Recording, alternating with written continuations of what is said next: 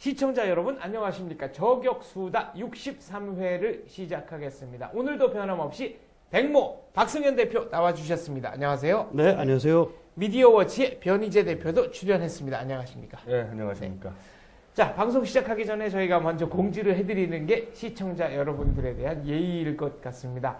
저격수다가 2011년 10월부터 시작해서 한 주, 두 번 정도 쉬고 이제 한 63회까지 달려왔는데요. 저희가 체력도 고갈이 됐고, 소재도 고갈이 됐고, 또 제작비도 고갈이 돼가지고, 예, 오늘 방송을. 제작비 들지도 않았네. 네, 오늘 방송을 고별 방송으로 이제 당분간 저희는 칩거에 들어가도록 하겠습니다. 무건한 거? 네, 무건한 거, 동안 거, 수행. 네. 그동안 네. 성원해주신 시청자 여러분께 다시 한번 감사의 말씀 전해드리고요. 마지막 방송도 6회 통쾌 상쾌하게 진행해 보도록 하겠습니다. 자, 첫 번째 주제. 민주당의 앞날에 대해서 매우 궁금하게 생각하시는 분들이 많습니다. 과연 살아남을 수 있을 것이냐? 살아남는다면 가장 적합한 전략은 뭐냐? 이거에 대해서 지금 논의가 많죠.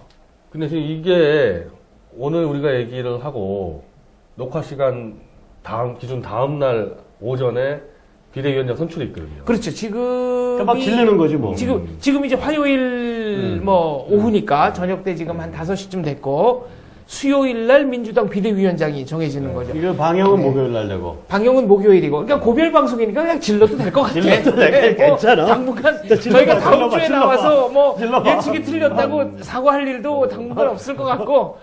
그러니까 좀 과감하게 먹튀지, 뭐. 먹튀 작전으로 가보죠. 마지막 방송이니까. 네. 사실은 전혀 이기치 않은 사태가 벌어졌는데, 왜냐하면 어쨌든 선거의 대선 정도, 이거 총선도 아니잖아요. 대선을 그렇죠. 한번 치면은 조금이라도 대선에 관계된 사람들은 뒤로 다 빠져주는 게 지금까지 모든 정당의 전통이죠. 책임론으로부터 자유로울 수가 없었죠. 잠수 탔다가 다시 올라오는 경우는 있어요. 음. 그러니까 97년도에 이해창 후보 같은 경우 일단 잠수 탔다가 다시 올라왔죠. 근데 지금 민주당 같은 상황은 전혀 안 물러나고 있는 거예요, 이게. 네. 문재인 지금 안 물러나고 있죠. 트윗 정치하고 있지, 계속. 그렇죠. 네, 국회 계속 출석은 뭐, 하고 네. 뭐 봉화마을 다니고. 그리고 이른바 386 그룹들. 지금 이인영, 우상호 중책 맡았었거든, 그 사람들. 선거 캠프에서 대변인 맡았고. 거의 뭐 선거를 네. 다 지휘하다시피. 끌고 왔죠. 네. 근데 그 사람들이 갑자기 지난주부터 내부에서 밀실회의라더니 박영선 카드를 들고 나와서 비대위원장에 추대하겠다고 치고 나와버리니까 그 박영선 씨도 공동선대위원장이었고 네. 선거 패배의 주범들이 다시 다 튀어나오고 있는 거예요. 근데 사실 이른바 현재로서의 비주류들이 민주당은 비주류가 노땅들이에요. 왜냐하면 이른바 정통민주당 계열. 종북과 손잡으면서 노땅들을 다 천대해가지고 지금 이부영 씨라든지 뭐 정대철 씨 위쪽에 뭐 문희상 다 70대들이 진짜 이른바 쇄신파가 돼 있거든. 네. 거기 그래?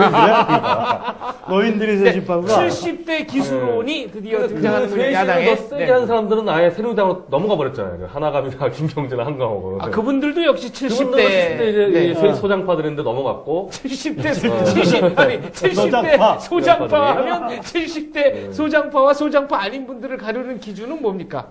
그러니까 종북하고 싸웠냐 안 싸웠냐 쉽게 얘기해서 종북하고 친노랑 싸웠냐 안 싸웠냐 그런데 다 싸운 사람들이 넘어가서 마지막 남은 사람이 정대철이에요. 네. 정대철이 그래도 좀 싸웠거든.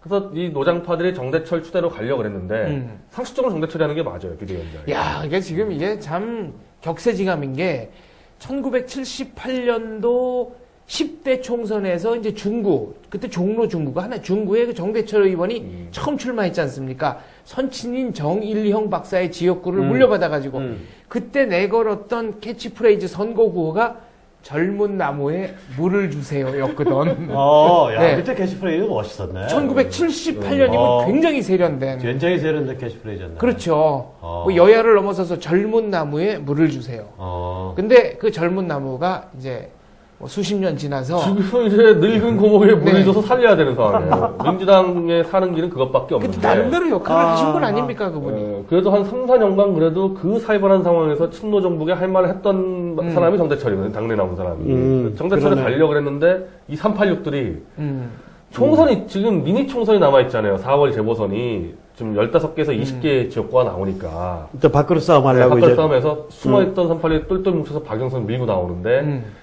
그래서 현재 예측으로는 지금 선거로 가자는 거야, 그쪽에서는. 386들은. 근데 선거로 가면은 박영선이 이기죠. 이쪽에 정대철이 나오든 이낙연이 나오든 누가 나오든. 정대철 의원, 이낙연 의원이 나오든 박영선 의원이 이제 이긴다. 왜냐하면 386과 친노가 연합돼 있으니까 압도적으로 있고요, 압도적으로. 아, 일단 그 투표권자, 유권자 수, 당내 유권자 수가 원내에서 선거하게 되니까 뭐 과반 이상 충분히 얻죠, 정대철이. 그럼 박영선 대표 뭐 어떤 문제가 있겠습니까? 그 양반은 저기 아드님도 남편도 다 미국인 아니야? 국적이 미국 국적인가요? 아니 회복했다는 얘기가 아니, 있던데. 회복을 했다 그러는데 네. 그건 이제 나중에 법이 바뀌어서 미국 국적 가지고 잘 지내다가 군대 안 가고 음.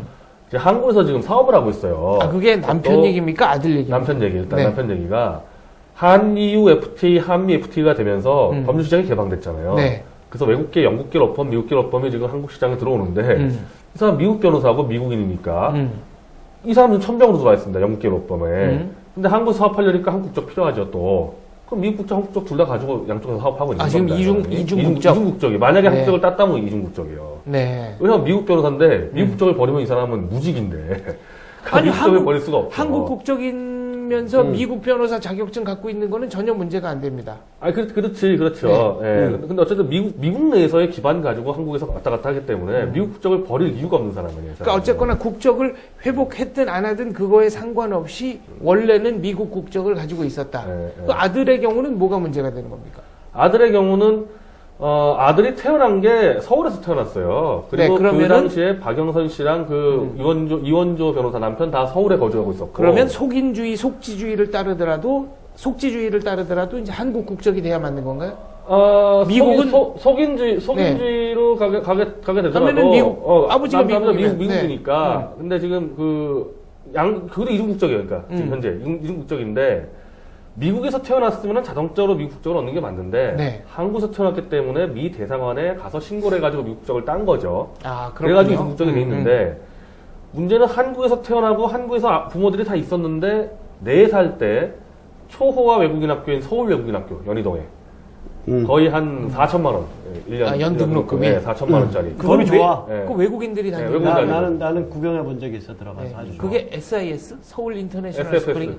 SFS? 포린 서울 포리너스 스쿨. 네.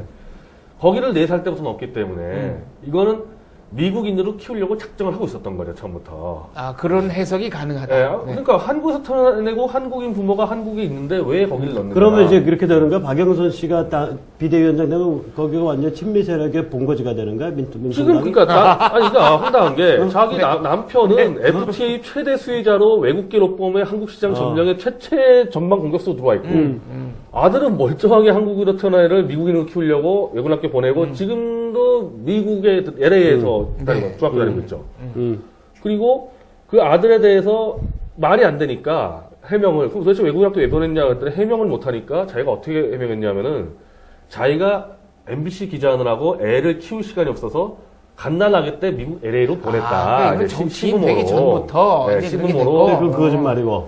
아니, 그러면 MBC 여기다가 한두 명 다 여자 PD가 한두 명이 아닌데, 어떻게, 직장 생활을 좀 열심히 하셨나 보죠. 그리고 아니 남편의 뜻을 끝까지 거스르지 못해서 본인은 한국에서 정말 한국인으로서 교육을 시키고 기르고 싶었지만 남편과 시댁에서 도저히 그러면 안 된다. 갓난아기를 미국에 네. 보내서 미국을 뭘 가르쳐요? 어차피 갓난아기는 모유 먹이는 한국에서 먹이든 미국에서 먹이든. 네. 근데 보냈을 가능성이 없는 게 저한테 제보가 들어왔어요. 아주 네. 좀 저명하신 분인데 자기도 포린 스쿨에 자기 아이를 넣어서 같이 다녔다. 박영선 씨 아들하고. 그때 박영선의 친정 어머니가 계속 데리고 왔다 갔다 했다는 거예요. 포린 스쿨 다닐 때. 그러니까 이제 앞뒤 증언이 살짝 그러니까, 어긋나기 시작하네요. 그러니까 자기 멀쩡히 서울에 있는 친정 부모가 봐주고 있는데 도대체 왜 갓난아기를 미국 LA에다 보냈겠어요? 아니 지금 변 대표는 미혼이기 때문에 이 친정 부모의 희생을 강요하는 듯한 굉장히 성차별적인 말은 이거 좀 위험합니다. 비하다, 네. 위험해. 네, 이거 많이 위험해. 네. 아니, 그래서 그거를 우리가 계속 때리고 있는데 네. 박영선 씨가 답변을 하도 못해요 거기에 대해서. 그래서 이제 만약에 진짜 갓난아기를 미국에 보냈다면은 자기의 이 일을 위해서 갓난아기를 2억 만리로 보내버린 비정한 엄마가 돼버린다고. 근데 뭐 한미 관계 좀 비판하고 맨날 뭐 FTA 뭐 시비 걸고 뭐 강정 해군 기지에 대해서 네거티브하고 NLL 이런 거 뭉개는 거 찬성하고 이러는 사람들이 왜 그렇게 미국에는 그렇게 잘 지내. 박영선 의원 같은 경우에는 또 이번에 다운 계약서 논란도 좀 불거졌었죠. 거기다 다운 계약서 이중성 문제야. 뭐 본인들도 부동산이 많아요. 재산이 한 48인가 되는데 그거 뒤집으면 장난 아닐 거야, 아직 거기도. 근데 굉장히 문제가 됐던 게 그 이원조 변호사가 이른바 서울 클럽인가? 하여튼 회원권만 7천만 원짜리 클럽 네, 아주 네. 거기서 가족끼리 계속 이제 놀았다고 해야죠, 방학 때마다. 그래서 네. 그게 이제 일반적인 청문회에서 법조인들이 많이 가지고 있는데 그 클럽권을 아주 상류층의 상류층이 사교 클럽이죠. 민주당에서 맨날 장충동에 있는 거? 네, 그 자유센터 옆에 아래 있는 신라 거? 호텔과 그 사이에 가는 있는데 데인데 그 클럽 거기가 그런 데야? 네, 박영선 가족이 가지고 있는데 청문회 할 때마다 민주당 쪽에서 이른바 검찰 인사들에 대해서 이 클럽권 가지고 많이 시비를 걸었다고요. 사치다 해가지고. 아, 근데 본인은 정작 거기 회원이다. 법사위원장인, 네. 그래서 맨날 가족들이 같이 놀러. 아니, 또 선의로 해석을 하면은 그런데 회원권을 가지고 있어야 또 자연스럽게 잠입 취재가 되니까 실상을 알아야 비판을 할 수 있지 않겠어요? 그리고 우리가 이제 조사하면서 이게 사실은 박원순하고 같이 나와 서울시장 선거 때 조사한 건데 제보받고 이제 써먹을 데가 없었는데 이제 박영선이 비대위원장 되면 다 써먹는 거죠, 해온 거를. 네. 그 서울 외국인 학교의 이 급식이 어마어마해요.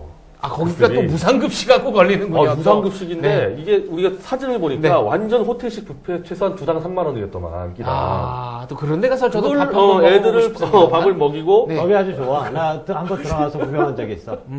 아니, 저는 밥 잘 주는 것 같고 뭐라고 그럴 생각은 전혀 없습니다. 아니, 근데 친구도 박영선 없어요. 씨는 서울시장 후보로 뛸 때 제일 먼저 강북의 가장 가난한 초등학교에 가서 무상급식을 하면서 애들을 먹이겠다 해서 1,800원짜리를 먹이는데 그 1,800원짜리 이 급식판과 그 서울 외국인학교의 이 호텔식 이거를 딱 비교해 놓고 보니까 박영선이 이제 너희들 이거 먹어 그러는데 자기 아들은 3만원짜리 먹이고 남의 아들은 1,800원짜리 먹이겠다.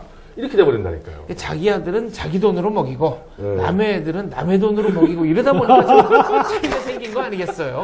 그걸 갖고 우리가 또 이 애끓는 노정을 뭐라 그러면은 그래서 지금 이게 터지기 시작하면은 네. 더군다나 또 이제 그쪽에 이원조 변호사의 또 가족들은 또 위스키 밀매하다 걸려가지고 그 이원조 변호사라는 분이 남편, 부분, 네, 부분이. 부부는 위스키를 어떻게 밀매? 위스키 밀매로 또 지금 걸려 있어요 또. 그거. 그거는 좀 위스키를 나쁘게 밀수한 안- 거야? 밀수. 예.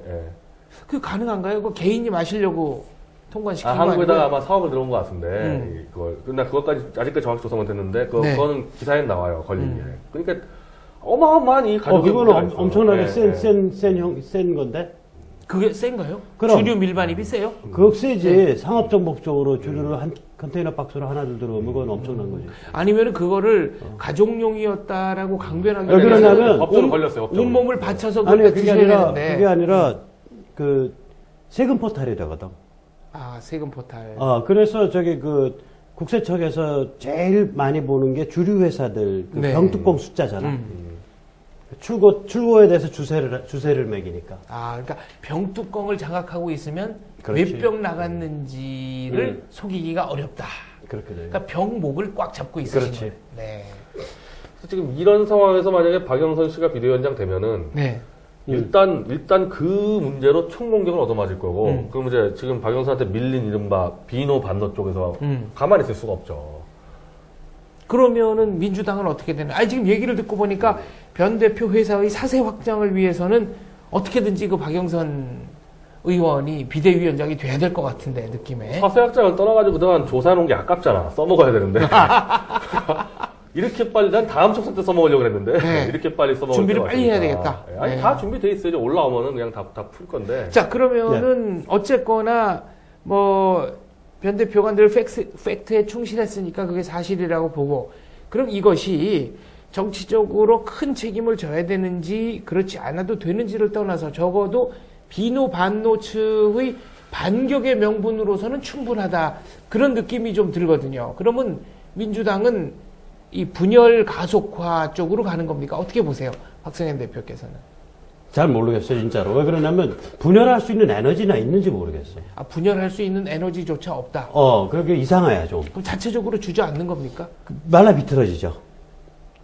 미니 총선 때 대패하고, 네. 그 다음에 이제 다음번 지자체 때 대패하고, 그 다음에 20대 국회의원 때 대표하죠. 그러면 그러면 만약에 들어지는 거예요. 그럼 미니 총선 때 대패를 하고 나면 다음 총선이나 지자체 선거에서 별로 희망이 안 보인다 하는 분들이 난파선에서 빠져나오듯이 좀 탈당을 그 정도나 네. 될 수 있을지 모르겠다니까. 그 정도 에너지도 갖고 있는 것 같지 않다. 없는 것 같아. 나는 그러면은 그 변희재 대표의 로망인 이른바 정통파 민주당의 재건 혹은 뭐 재창당 혹은 재결성 뭐 이런 생각을 저희가 해볼 수도 있는 거 아닙니까?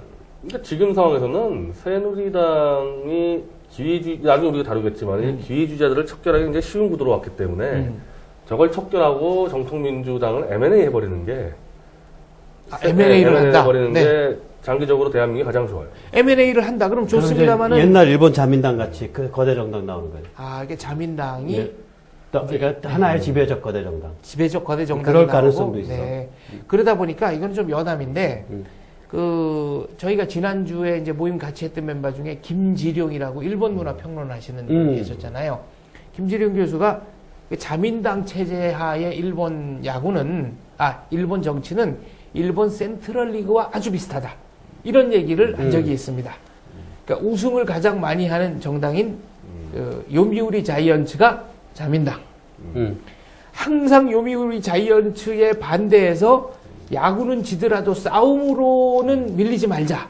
이런 모토로 길이 달려드는 한신 타이거즈, 오사카의 한신 타이거즈는 사회당. 그 다음에 약간 안티 자이언츠인 거는 맞는데 그 반발의 강도가 그렇게 폭력적이지 않은 주니치 드래곤즈는 민사당. 그 다음에 멀리 떨어져 있는 히로시마 카프즈는 공산당. 그 다음에 다이오 헤일즈라는 구단이 있었어요. 그때 그 다이오 헤일즈는 공명당. 약간 친여적인 성향을 보이면서. 그 다음에 야쿠르트 스왈로즈. 얼마 전까지 임창용 선수가 뛰던 야쿠르트 스왈로즈는 일본의 그 동경의 진구구장을 홈경기로 쓰니까 요미우리 자이언츠와 가깝다. 우승은 20년에 한 번 정도밖에 못한다. 정당으로 치면 집권 가능성은 항상 없고 자민당 주변에서 위성처럼 떠돈다. 그래서 신자유 클럽.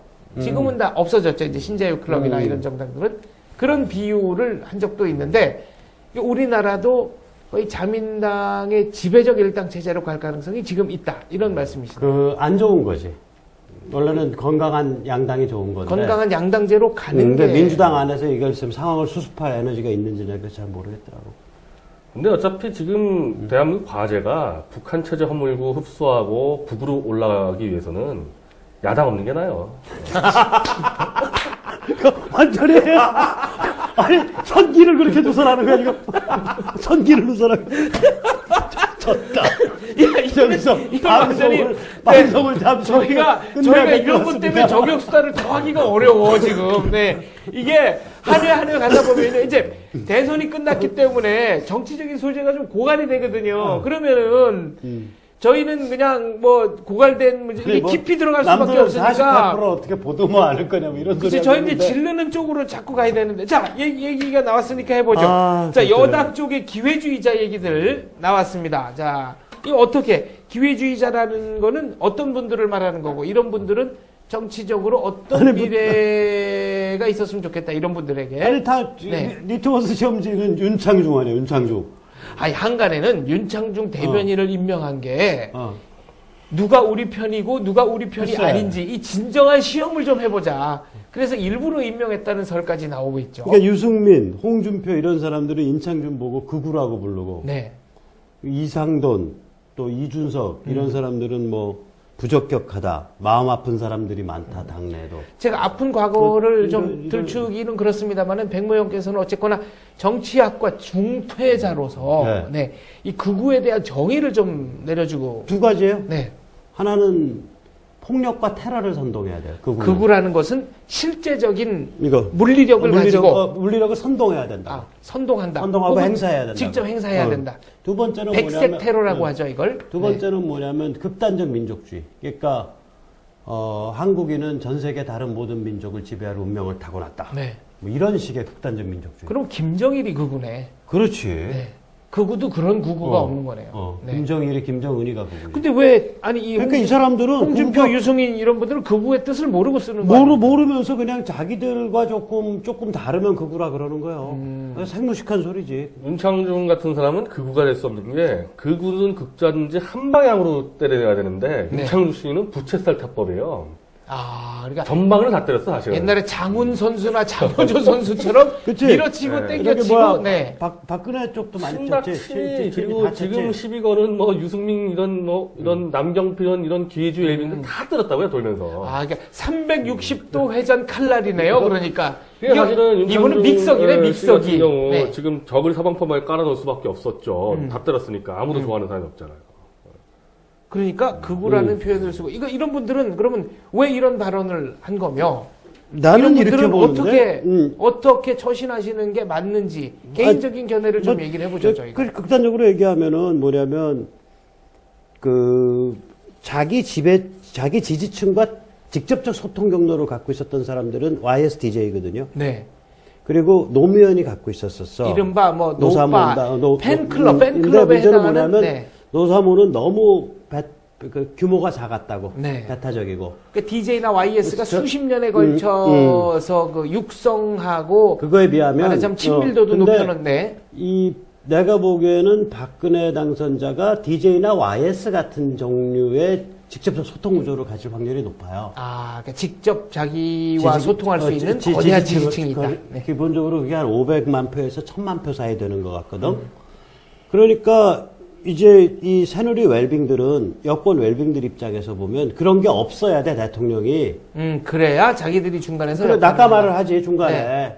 거간을 하지. 근데 낙가말하는 건 이제 일본 그렇지. 말로 중간 상인. 중간상 네. 떠돌이 중간상. 네, 떠돌이 중간상. 그걸 하는데 이게 윤창중 같은 사람을 심벌로 내세우면은 이 박근혜 당선자가 자기의 지지 기반과 직접적 소통 혹은 상징 체계를 만든 상징 소통을 한다는 소리가 된다고. 네. 그러니까 날 세우고 다 공격하는 거지. MBN 조중동 그 종편까지. 결국 그게 자기 밥그릇 싸움이다. 이렇게 밥그릇 보시는 싸움이에요, 거고. 네. 기본적으로.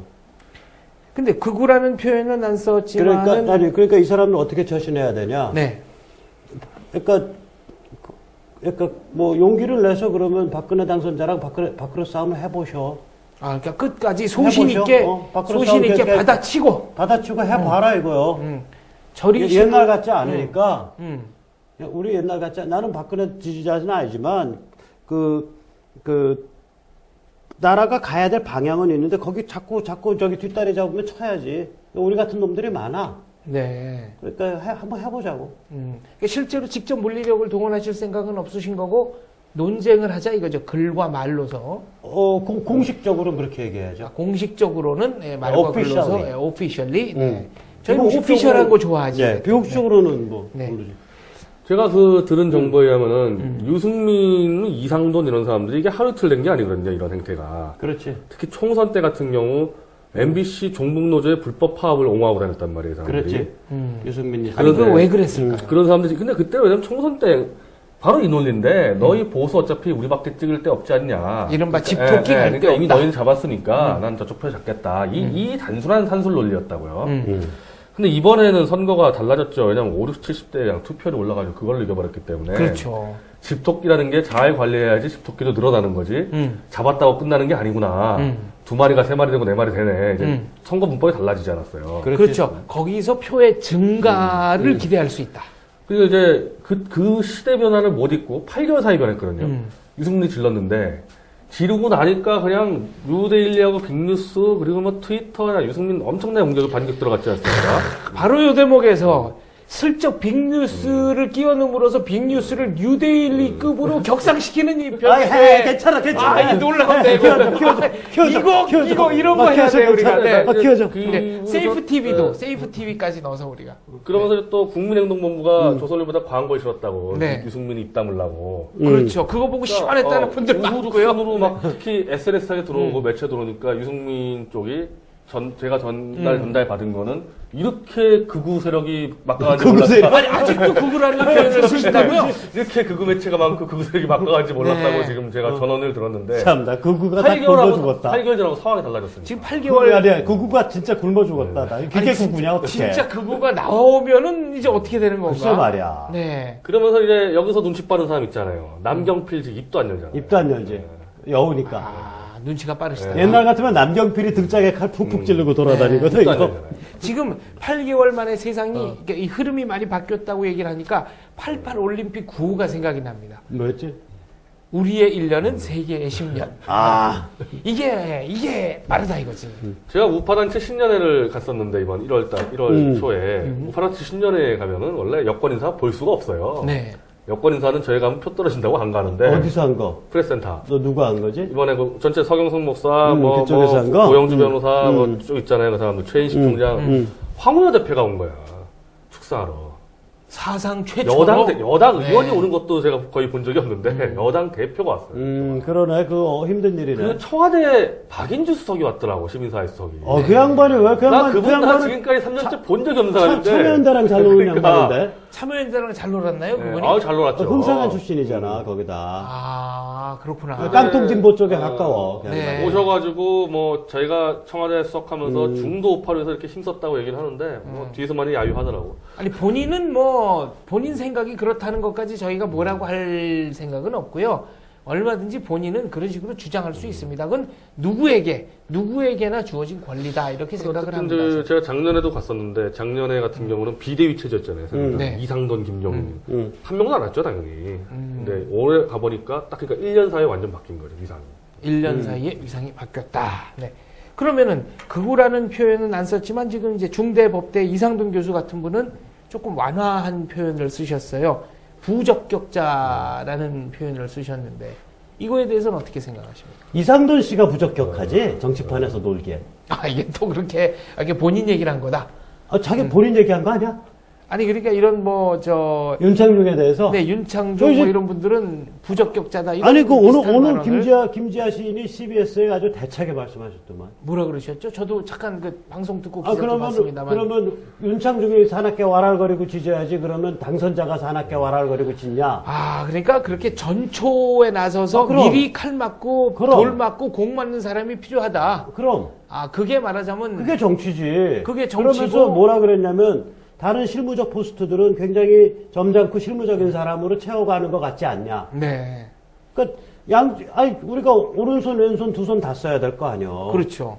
그러니까 윤창중은 이게 뭐 이렇게 쥐어 박는 소리고 이쪽은 실무적으로 일하는 소리고. 그렇죠. 그 둘을 다 가지고 있어야지. 이 권투에도 보면 양손을 다 쓰는 선수가 세계 챔피언도 되고 오래 가더라고. 그거 알아? 네, 그래서 레프트가 세계를 지배한다. 일본 검도에서 양손 다 쓰는 게 뭔지 알아? 누군지 알아? 누구죠? 그게 쌍도류 미야모토 무사시야. 아, 미야모토 무사시. 기골이 장대해가지고 네. 이 사람의 주장은 뭐냐? 왜 한 손에다 들고 칼을 휘두르냐 이거요. 이렇게 하지 말고 이렇게 해서 휘둘러라 이거야. 아, 그러니까 이거 공격력, 방어력이 증대가 된다. 그렇지. 이게 전문용어는 짝배기였던 거네, 그러니까. 그렇지. 네. 그러니까 이게 이제 부적격자. 그 김지아 시인 말씀은 결국 누군가 와구와거리고 왈왈거리고 사납게 나가는 사람이 있어야 그게 궁극적으로 누군가 대통령을 보호하고. 누군가 싸움을 막아줘야 되잖아. 근데 그렇게 따지면 지난 총선에서 이른바 파이터로 불리던 수많은 사람들은 낙천했단 말이에요. 그게 큰 문제야 지금. 예, 새누리에. 우리 방송에도 나왔던 조전혁 의원이라든가 기타. 그래서 한간에서는 저격수다가 국회의원들의 무덤이었다라는 얘기를 하는 사람도 있습니다. 여기 나오면 할수 일단 없지, 뭐. 다 떨어졌고 다 낙선을 했고 공천도 못 받고 김용태 의원이 유일하게 이제 당선되고 나서 출연했기 때문에 어쨌거나 이 저격수다의 저주는 아직까지 풀리지 않았어요. 재보선에 15개 이상 나오기 때문에 거기서 최소한 5명 정도는 파이터를 넣어줘야지 각 분야에서 붙을 수가 있다고요. 이것까지도 박근혜 당선자가 계산을 했다고 보십니까? 모르지. 긴 계산은 못했을 텐데 총선 때는 워낙에 이제 급하니까 급했지 그때. 다 죽는 사람이니까 어떻게 살아도 못한 사람들 다 제꼈는데 그때 김용민이 아니었으면 김용민이 씨가 참 대수은 갑이지. 구국의 영웅이다. 구국의 영웅이시죠. 그래서 한간에서는 이건 농담인데 이정희 후보의 그 통합진보당 측이 27억 그 선거 보조금 받은 거 이거를 당선 사례금으로 생각해서 받으면 안 된다 이런 얘기를 하는 분도 계시더라고요. 네, 혁혁한 전공을 세웠다. 하여튼 아직 기회는 있어요. 저희 지금 뭐 아직까지 싸울 전선들이 많이 있는데 전사가 한 명도 없다 보니까 윤창중 씨는 어차피 지금 정부의 대변이니까 또 파이트 할 수가 없어. 그래서 제한이 있다고요. 그럼 국회 쪽에 한 5명 정도는 깔아줘야 되는 거예요. 네. 재보선 때 예를 들면 조전혁이라든지 교육 쪽으로. 인천에 지금 선거가 나오니까 그런 사람들 몇 명 집어넣어야 되는 거죠. 그래서 재보선 때는 아니 저 그러려고 그러는데 새누리당 제가 볼 때 민주당은 제대로 선거도 못 치를 거예요 아마. 아, 지금 네, 상태로 그러니까 어차피 민주당은 선거를 못 치르기 때문에 뭐 주로 많이 까질 거야. 새누리당 공천이 당선 결정할 건데 다 우리가 연대서명 받아가지고 우파단체들 한 10개 정도 항목 NLL 뭐 3대 세서 이렇게 쭉 해가지고 써라 제대로. 그래서 그거 똑바로 못 쓴 애들은 다 낙선운동. 아, 이른바 검증 네, 리스트를. 검증. 네. 근데 변 대표가 요새 검증 맛이 들려가지고 돈도 안 생겨. 예전에 무슨 저 우익 논객들을 다 모아가지고 뭐 검증을 해서 뭐 내보내도록 하자. 뭐 특정 방송사는 우리가 당분간 좀 출연을 하지 말기로 하자. 이제 국회의원 공천도 확실한 이 검증자를 만들어서 우리가 들이밀어 보자. 그렇게 해야죠. 네. 그런 얘기로군요. 돈도 안 생겨. 아니, 그래, 난 관심이 없어. 뭐 이상돈 이런 사람들도 지금 공천받는다고 뛴다고 하니까 이제 그런 사람들 공천받으면 안 되는 거잖아요. 그 직접 가서 칼 들이대야지. 네. 15개나 나오나요? 3월에? 15개에서 20개 사이. 어우, 그러면 거의 뭐 미니 많이 나와. 총선급에. 미니 총선이야. 그러니까 그거는 이제 승패가 결정 났으니까 새누당에서 얼마나 양질 사람 들어가느냐 그 문제만 남은 거예요. 이제 지금 두 분 말씀대로라면은 민주당 지지자가 사라지고 없는 것은 아니지만 지금처럼 민주당이 정당으로서의 모습을 보여주지 못하는 한은 기권할 것이다. 아니 그게 지지자들이. 아니라 이쪽은 민주당은 자기네 당내에 있던 세력마저 지금 사분오열돼 있고요. 이쪽은 박근혜 정부의 정부의 힘, 그 다음에 새누리의 힘, 그리고 특히 요새 강화되고 있는 지난 한 1, 2년 사이에 엄청 강화되어 있는 이 보수주의 시민, 지식인의 힘. 이 세 개가 이게 그러니까 3분으로 딱 해가지고 이게 트라이앵글이 만들어져 있어요. 구조적으로. 네. 지금. 힘이 무섭다고. 요새. 아, 저는 개인적으로 저 본인이 안 하려고 그러겠지만 우리 김성욱 한국 한자연 대표, 뭐 북한 문제 전문가고 그리고 김성욱 대표가 본향이 전라남도 강진입니다. 호남 인사를 등용한다 그러면 이런 사람을 등용을 해야 되는 거 아닌가? 몰라, 난. 네? 난 얘기 안 해. 네. 아니, 아무튼 뭐. 아니, 저희가 그렇다고 이렇게 누구 직접 네. 이름을 거론하면서 이렇게 추천까지 하는 거는 약간 좀 주제는 없다는. 난 얘기 안 해. 예. 생각이다라는 점을 분명히 말씀드리고요. 가치 중립적인 용어를 써서, 마지막 주제 하나 다루고 방송 마치도록 하겠습니다. 화천군 사태. 이거 이제 어떻게 되는 겁니까? 이회수 씨 문제지? 네, 화천군 사태죠. 그러니까 이게 좀 종합적으로 얽혀 있으니까 작가 개인의 문제이기도 하지만 뭐 화천군. 아니, 그러니까 이걸 좀 정리를 해드려야 될 네. 게요. 이게 사태의 발단은 12월 13일 날 대선 전에 이회수 씨가 자기 트위터에서 자기의 150만 팔로워의 힘을 보여주겠다. 네. 그 의미에서라도 나는 종북거물이지 이수호를 지지한다 이랬단 말이야. 근데 위력을 못 보여주셨어요. 보여줬지. 저 떨어졌지.